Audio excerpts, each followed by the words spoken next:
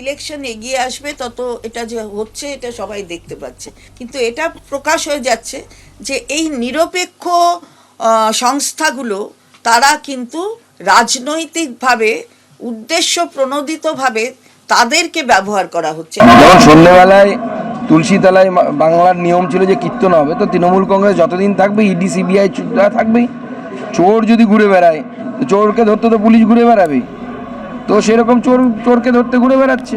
প্রসন্ন রায়ের নাম এর আগেও বিভিন্ন ইয়েতে এসেছিল, এরকম বহু লোকের নামই আছে যাদের নামে অভিযোগ আছে। যাদের নামে অভিযোগ আছে তাদের বিরুদ্ধে তদন্ত হবে, তদন্ত যদি তথ্য প্রমাণ পাওয়া যায়, তারা দোষী সাব্যস্ত হন, তাহলে তাদের সাজা হবে। কারো কাছে তল্লাশি হচ্ছে, তথ্য প্রমাণ পাওয়া যাচ্ছে, তখনই তাদেরকে গ্রেপ্তার করছে, নচেত কাউকে গ্রেপ্তার করছে। নাম না জানা এরকম বহু লোক মিডলম্যান হয়েছেন। কিসের মিডলম্যান? এরা মিডলম্যান হয়েছেন দুর্নীতি, লুট, সেই টাকা সংগ্রহ করে বেআইনি কাজ করা, বেআইনি নিয়োগ দেওয়া, দুর্নীতি নিয়োগ দেওয়া এবং সেই অনুযায়ী টাকাটা প্রভাবশালীদের কাছে পাঠিয়ে দেওয়া। আর মিডলম্যান এখন এক প্রসন্ন রায় নয়, অজানা প্রসন্ন রায়, তার সঙ্গে সঙ্গে আরো অনেক অজানা নাম, এবং এই যে কত তার কোনো ঠিক ঠিকানা নেই। ক্রিমিনাল অর্গানাইজড ক্রাইমের এরা অংশ, এবং সেই কারণেই পার্থ চ্যাটার্জি মারফত প্রভাবশালী তাদের সঙ্গে এদের যোগাযোগ পাবেন।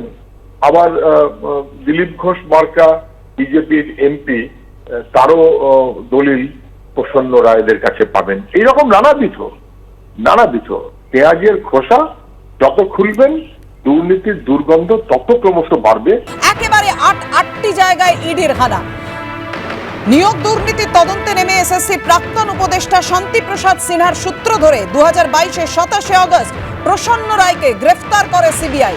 সিবিআইয়ের দাবি প্রসন্নই ছিলেন নিয়োগ দুর্নীতির মিডলম্যান। আর এই মুহূর্তে যে খবর পাওয়া যাচ্ছে, সেই প্রসন্ন রায়কে জিজ্ঞাসাবাদ করে নতুন সম্পত্তির হদিশ মিলেছে। কেন্দ্রীয় এজেন্সির আধিকারিকরা এমনটাই জানাচ্ছেন। রাজারহাটের পাথরঘাটায় প্রসন্ন রায়ের বাগান বাড়িতে ইডি কয়েক বছর আগে এই বাগান বাড়িটি কিনেছিলেন প্রসন্ন।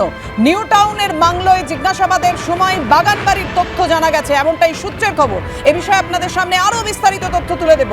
আমাদের সঙ্গে রয়েছেন আমাদের প্রতিনিধি সুকান্ত মুখোপাধ্যায়। সুকান্ত, জানাও আমাদের এই বাগান বাড়ি সম্পর্কে কি জানা যাচ্ছে, কিভাবে এর হদিশ পেলেন ইডির আধিকারিকরা? একেবারে দেখো, নিউ টাউনের যে বাংলোতে আমরা সকাল থেকে ছিলাম, যেখানে প্রসন্ন রায়কে একটি বাংলোতে জিজ্ঞাসাবাদ করা হচ্ছিল, তার পরিবারের সদস্যদের জিজ্ঞাসাবাদ করা হচ্ছিল, সেই টানা জিজ্ঞাসাবাদের পরিপ্রেক্ষিতে বেশ কিছুক্ষণ আগে নতুন একটি প্রপার্টির হদিশ কিন্তু পান তদন্তকারীরা।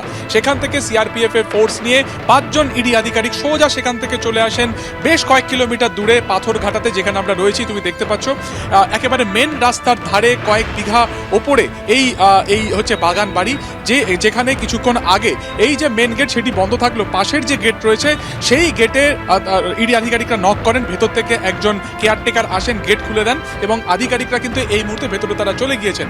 একদিকে যেমন এই বাড়ি লাগোয়া, এই যে বাগান বাড়ি লাগোয়া যে বাড়ি, তার একতলাতে যেমন তল্লাশি পর্ব চলছে, তার পাশাপাশি কিন্তু আমরা কিছুক্ষণ আগে ইডি আধিকারিকদের দেখলাম কার্যত এই বাগানের ভেতর থেকে তারা বেশ কিছুটা কিন্তু গিয়েছেন। যদিও এখন আর দেখা সম্ভব হচ্ছে না, তার কারণ তুমি দেখতে পাচ্ছ গেট তালা বন্ধ।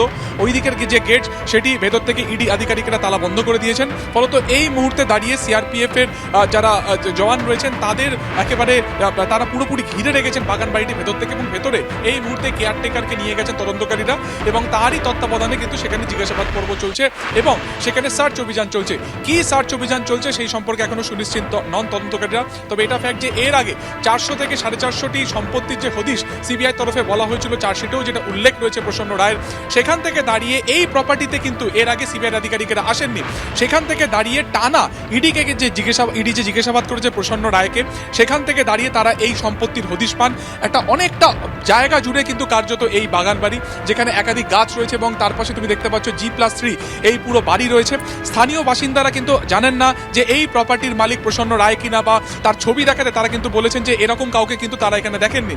ফলত এখানে কাদের যাতায়াত ছিল, এখানে প্রসন্ন রায় কিভাবেই বা সম্পত্তি, বিপুল পরিমাণ সম্পত্তি তিনি কিনেছিলেন, সবটাই কিন্তু খতিয়ে দেখছে। আমরা আমরা জানি নিয়োগ দুর্নীতিতে যে প্রচুর পরিমাণ কালো টাকা, কোটি কোটি কালো টাকা, তা একাধিক সম্পত্তিতে কিন্তু ইনভেস্ট করা হয়েছে কার্যত সেই অবৈধ টাকাকে বৈধ টাকাতে পরিণত করার ক্ষেত্রে। আমরা যে বাংলোতে ছিলাম সেই বাংলো দুটি একেবারে বিলাসবহুল বাংলো, সেই বাংলো কেনার পরিপ্রেক্ষিতেও এই কালো টাকা খেটেছে কিনা সেই তদন্ত তারা করছিলেন। কোন কোন জায়গাতে এই টাকা ইনভেস্ট হয়েছে সেই প্রপার্টির যোগসূত্র পেতেই কিন্তু তারা এই নতুন সম্পত্তির হদিশ পান।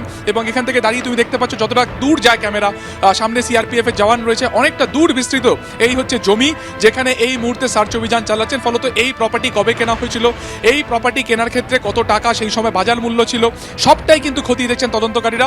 মূলত এই শিক্ষক নিয়োগ দুর্নীতির যে কালো টাকা, সেই টাকা কোথায় কোথায় ইনভেস্ট করা হয়েছে, সেই টাকাতে কি কি প্রপার্টি কেনা হয়েছে, সেই সম্পত্তি হদিশে কিন্তু পেতে চাইছেন তদন্তকারীরা।